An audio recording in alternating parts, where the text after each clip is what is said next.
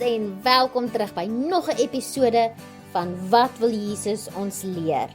Vandag kyk ons na hoe God vir ons nuwe krag gee. Ons kernvers vir vandag is Jesaja 40 vers 31. Maar die wat op die Here wag, kry nuwe krag.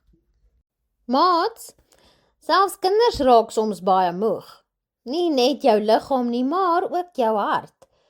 Soms voel dit of dinge te moeilik is, of jy nie meer kans sien nie. En God weet dit, en hy verstaan.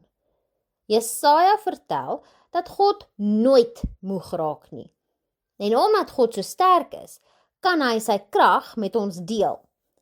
Wanneer ons op God wag en hom vertrou, gee hy vir ons nuwe energie en moed. God gebruik die beeld van 'n arend wat hoog vlieg.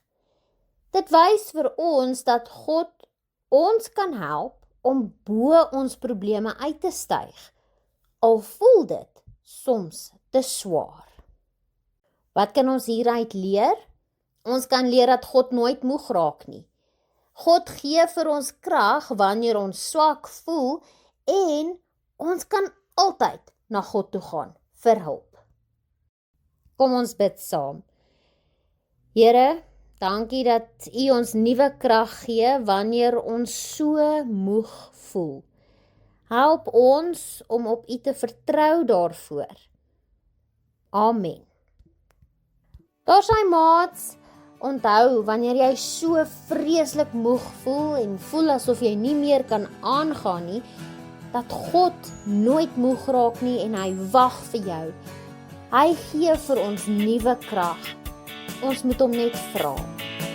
Tot volgende keer. Totsiens!